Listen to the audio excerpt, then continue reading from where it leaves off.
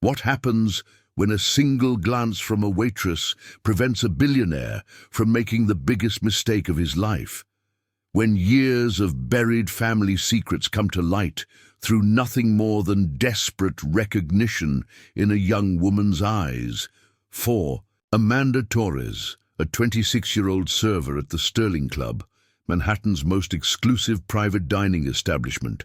That moment came on a cold December evening when media mogul Harrison Blackwell was about to sign a merger that would destroy everything her late father had built. For Harrison, a man who'd spent 30 years believing his business partner's lies about a tragic betrayal, it was the beginning of a truth that would shatter his world and rebuild it entirely. She was just serving dinner to another table of powerful men making deals worth billions. He was just another ruthless executive closing another acquisition. But when Amanda saw the name on the contract and met Harrison's eyes with a look of pure desperation, everything changed. Her silent plea would stop a signature, expose a conspiracy, and reveal that sometimes the most important business decisions aren't made in boardrooms. They're made when we choose to trust a stranger's warning over a lifetime of lies. This isn't a story about corporate intrigue. This is about stolen legacies, manufactured betrayals, and how sometimes the daughter of a dead man is the only one who can save his killer from destroying himself. The mahogany-paneled private dining room of the Sterling Club gleamed under soft, chandelier light as Amanda Torres set down crystal glasses with practiced precision.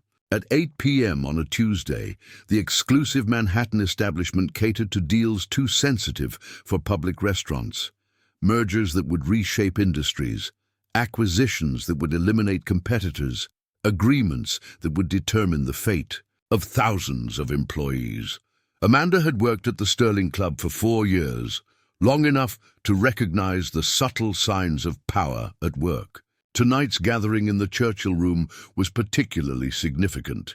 Harrison Blackwell, CEO of Blackwell Media Empire, was finalizing the acquisition of Torres Communications, a mid-sized television and radio company that had been struggling. Since its founder's death 3 years earlier, Harrison commanded the room despite being the youngest person present at 48. His dark hair was graying at the temples, his navy suit impeccable, and his steel blue eyes held the sharp intelligence that had built one of America's largest media conglomerates. Across from him sat his longtime business partner and CFO, David. Sterling, along with their team of lawyers and advisors, the Torres acquisition will give us complete dominance in the Southwest market, David was explaining as Amanda refilled water glasses. With their radio stations and local TV affiliates, we'll control the entire media landscape from Texas to California. Amanda's hand trembled slightly as she heard her family name discussed so casually. Torres Communications had been her father's life work, built from nothing into a respected regional media company that provided local news and programming to millions of viewers. Since Roberto Torres's death in a car accident 3 years ago, the company had been managed by trustees who seemed more interested in selling than preserving her father's legacy. The price is certainly attractive, Harrison mused, reviewing the contract. $47 million for assets worth at least twice that. The trustees are practically giving it away. Roberto Torres's death left them scrambling, David replied, smoothly. The company was too dependent on his personal relationships with advertisers and local politicians. Without him, it's been hemorrhaging money. Amanda bit her tongue to keep from correcting him. She knew the real reason Torres Communications was struggling. David Sterling had been systematically undermining the company for years, stealing clients and spreading rumors about financial instability. Her father had suspected David's sabotage, but died before he could prove it. Any family complications we should know about? Harrison asked, pen poised over the signature page. None, David assured him. Torres had a daughter, but she was estranged. From the family business. Some kind of scandal involving embezzlement. She has no claim to the estate. Amanda's blood ran cold. The embezzlement charge had been fabricated by David to discredit her after her father's death. She'd been forced to flee to New York, taking a minimum-wage job to survive, while David consolidated control over her inheritance. Harrison was reaching for his pen when Amanda approached the table to clear the salad plates. As she leaned across to reach his plate, her eyes met his, and for a moment that felt like eternity she held his gaze. In that look, Amanda poured every ounce of desperation she felt. Her eyes pleaded with him. "Don't sign that, please. You don't know what you're doing. This man is lying to you. This is my father's company, and he's stealing it from both of us." Harrison paused, his pen hovering over the contract. Something in Amanda's expression, the fierce intelligence, the barely controlled emotion, the way she looked at him like he was her last hope, made him hesitate. "Sir?" David prompted. "Is everything all right?" Harrison looked from Amanda to the contract, then back to Amanda. She was still standing beside his chair, and he could see her hands shaking as she held the stack of plates. "Actually," Harrison said slowly, setting down his pen, "I think I need to review a few more details before we proceed." David's smile flickered slightly. "Harrison, we've been over every aspect of this deal. The lawyers have approved everything. There's nothing left to review." "Nevertheless," Harrison said, his eyes still on Amanda, "I want to postpone the signing until tomorrow. I'd like to conduct some additional due diligence." The room fell silent. David's expression shifted from confusion to barely controlled anger. "Harrison, the sellers are expecting closure tonight. If we delay, they might entertain other offers." "Then they'll have to wait," Harrison replied firmly.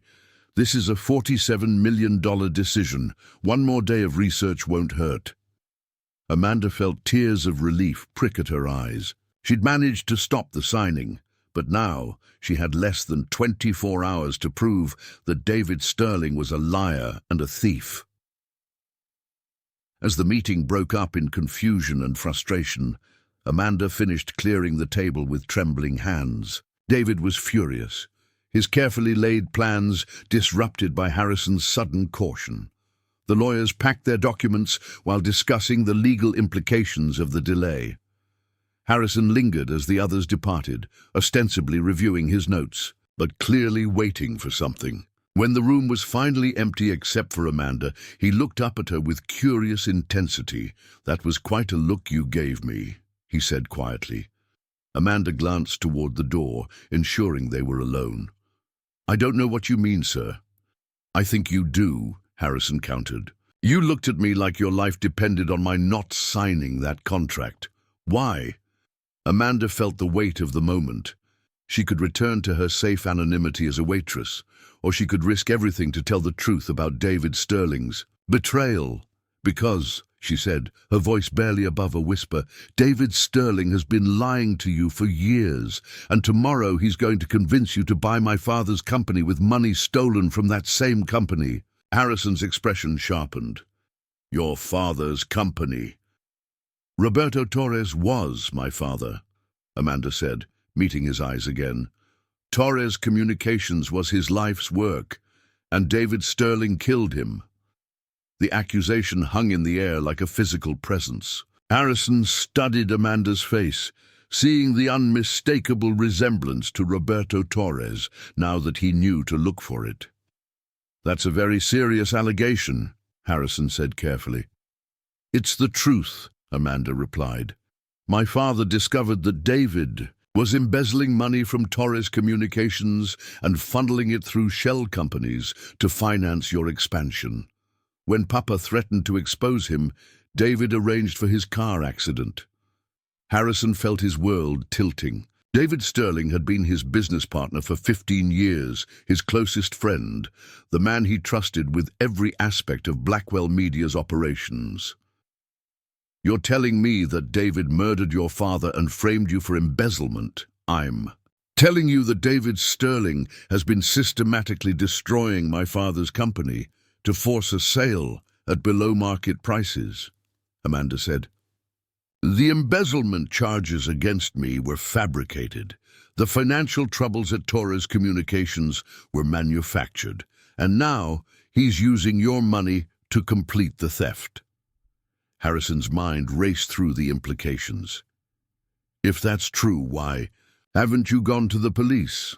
Amanda's laugh was bitter. With what evidence? David controls all the financial records. He has connections throughout law enforcement. And I'm just a waitress with a criminal record trying to accuse one of New York's most respected businessmen. But you have something, Harrison pressed. Some way to prove what you're saying. Amanda hesitated, then reached into her apron pocket and withdrew a small flash drive. My father gave me this the night before he died. He said if anything happened to him, I should take it to the FBI. But after the embezzlement charges, I was too scared to come forward. Harrison looked at the flash drive, understanding that it contained either explosive evidence or the ravings of a grief-stricken daughter. What's on it? Financial records showing David's theft, recorded phone conversations where he admits to sabotaging Torres Communications, video evidence of him meeting with the man who tampered with my father's car.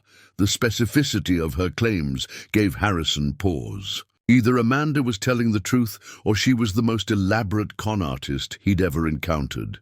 Why are you telling me this now? He asked. Because you're about to become David's next victim, Amanda said urgently. He's not just stealing my father's company, he's positioning himself to take over yours. The Torres acquisition is just the beginning.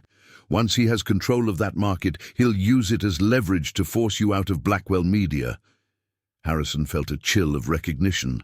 Lately, David had been pushing for expansion strategies that would leave Harrison increasingly dependent on his partner's financial expertise. The Torres deal was supposed to be the first step in a broader consolidation that would make David indispensable. What do you want from me? Harrison asked. Help me get justice for my father, Amanda replied, and save yourself from making the same mistake he did, trusting David Sterling. Harrison stared at the flash drive, weighing the decision that would determine not just his future, but potentially expose the murder of Roberto Torres and the systematic theft of his life's work. Give me the drive, he said finally. I'll have my private investigators verify everything tonight. If you're telling the truth, David Sterling will face justice. If you're lying, then I'll go to prison, Amanda finished. But I'm not lying, Mr. Blackwell. My father was a good man who trusted the wrong person. Don't make the same mistake. Harrison pocketed the flash drive and stood to leave. Where can I reach you tomorrow? I'll be here, Amanda said, working another shift, hoping I still have a job after this. As Harrison walked toward the exit, he turned back one more time. Amanda Torres, he said thoughtfully. Your father spoke about you, you know. In the early days when we were just getting to know each other, he was very proud of his daughter who was studying journalism at Columbia. Amanda's eyes filled with tears. He wanted me to take over the company someday, said the media needed more voices like mine, voices that would tell the truth, no matter how powerful the people trying to silence them. Maybe you still can, Harrison said softly. If this evidence is real, there might be a way to restore what was stolen from both of us. The next 18 hours were the longest of Amanda's life. She worked her shift at the Sterling Club in a daze, expecting at any moment to be arrested or fired or worse. David Sterling appeared for lunch, his usual charming self, giving no indication that he suspected anything was wrong. But Amanda could see the tension in his shoulders, the way his eyes scanned the room constantly, the frequency with which he checked his phone. David sensed that something had shifted, even if he didn't know what. At 7 p.m., exactly 24 hours after the original signing was supposed to take place, Harrison Blackwell returned to the Sterling Club. This time, he was alone, and his expression was unreadable as he requested a private meeting in the Churchill room. Amanda was assigned to serve him, her hands shaking as she poured his usual scotch. The room felt charged with possibility and danger, as if the next few minutes would determine the course of multiple lives. "I spent the night reviewing your evidence," Harrison said without preamble. "My investigators confirmed everything. The embezzlement, the sabotage, the murder. David Sterling has been systematically destroying Torres communications for 3 years. Amanda felt her knees buckle with relief. "Thank God. I thought you might not believe me." "I almost didn't," Harrison admitted.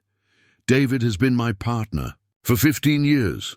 I trusted him completely, but the evidence is overwhelming." He pulled out a thick folder and spread documents across the table. Financial records showing David's theft of over $12 million from Torres communications. Audio recordings of him discussing your father's murder with his accomplice. Video evidence of him meeting with the mechanic who sabotaged Roberto's car. Amanda stared at the proof of her father's murder, feeling vindicated and heartbroken simultaneously. "What happens now?" Harrison's expression hardened. "Now, David Sterling faces the consequences of his crimes. I've already contacted the FBI. They're preparing arrest warrants for David and his accomplices, and Torres Communications will be returned to its rightful owner," Harrison said, looking directly at Amanda. "You're Roberto Torres' daughter and legal heir. The embezzlement charges against you have been proven false. The company belongs to you." Amanda felt overwhelmed by the magnitude of what Harrison was offering. "I don't know anything about running." "A media company, you'll learn," Harrison said with a slight smile, "and you'll have help. Blackwell Media would like to propose a partnership, not an acquisition, but a genuine collaboration between 2 independent companies."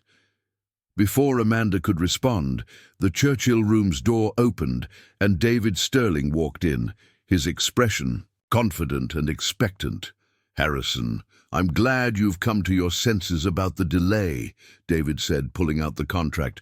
"The sellers are getting impatient, but I managed to keep the deal alive. Shall we finish what we started?" Harrison didn't move from his chair. "Actually, David, I think we need to discuss a different kind of deal." David's smile faltered slightly as he noticed Amanda standing beside the table. "What's the Waitress doing here? This is a private business meeting." "Amanda Torres," Harrison said, emphasizing her last name, "has some interesting information about Torres Communications that I think you should hear." The color drained from David's face as the implications sank in. His eyes darted between Harrison and Amanda, calculating whether he could bluff his way out of the situation. "I don't know what she's told you," David said carefully, "but you can't trust the word of a convicted embezzler." "Convicted by falsified evidence that you manufactured," Harrison replied calmly. "We have proof, David, all of it. The theft, the sabotage, Roberto's murder, everything." David's mask of composure finally cracked. "You have no idea what you're dealing with, Harrison. Roberto Torres was stealing from his own company. I was trying to protect our interests." "By murdering him?" Amanda's voice was steady, despite her rage. "By framing me for crimes you committed? By stealing my father's life work?" David looked between them, realizing that his carefully constructed lies were crumbling. "Even if any of this were true, you can't prove it in court." "I have connections, resources." "Had," Harrison corrected. "The FBI is currently seizing all your assets and preparing to arrest you for murder, embezzlement, and conspiracy. Your connections won't help you in federal prison." As if summoned by his words, federal agents entered the Churchill room. There, badges visible as they approached David's table. "David Sterling," the lead agent announced, "you're under arrest for the murder of Roberto Torres and the embezzlement of funds from Torres Communications." As David was led away in handcuffs, his carefully cultivated image as a respected businessman finally revealed as an elaborate facade. Amanda felt a weight lift from her shoulders that she'd carried for 3 years. "It's over," Harrison said quietly. "Your father's death has been avenged, and his company will survive." Amanda looked around the Churchill room, where her father's murder had almost been covered up by a business deal built on lies. "What made you believe me? You could have signed that contract and never known the truth." Harrison was quiet for a moment, remembering the desperate plea in Amanda's eyes the night before. "Sometimes the most important decisions aren't based on facts or figures. Sometimes you have to trust your instincts about people." He stood and extended his hand to her. "Amanda Torres, I'd like to formally invite you to reclaim your father's legacy. Torres Communications needs someone who understands that good journalism isn't just about profit, it's about truth." Amanda shook his hand, feeling the weight of responsibility and opportunity. "My father always said that the media's job is to give voice to the voiceless and hold the powerful accountable." "Then let's honor his memory," Harrison said. "Together." 6 months later, Amanda stood in the renovated headquarters of Torres Communications, looking out at the newsroom where her father had once worked. The company was thriving under her leadership, its commitment to local journalism restored and strengthened through its partnership with Blackwell Media.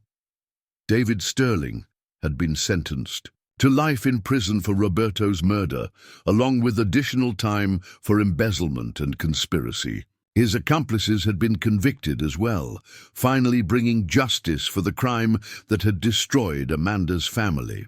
But the most satisfying moment had come when Amanda published her first investigative piece as CEO of Torres Communications, an exposé of corruption in the business community that her father would have been proud to see in print. Harrison had become not just a business partner, but a mentor, teaching Amanda the complexities of media management while learning from her passionate commitment to journalistic integrity. "Your father would be proud," Harrison said, joining her at the window. "You've not only restored his company, you've improved it." "He believed that good journalists could change the world," Amanda replied. "Maybe now I can prove him right." As she looked out at the bustling newsroom, Amanda remembered the desperate look she'd given Harrison that night at the Sterling Club, a look that had saved both their futures and brought justice for her father's murder. Sometimes the most powerful communication isn't spoken aloud. Sometimes a single glance can convey everything that matters, can stop a signature that would change everything, can reveal truths that powerful people would kill to keep hidden. Amanda's story reminds us that courage comes in many forms.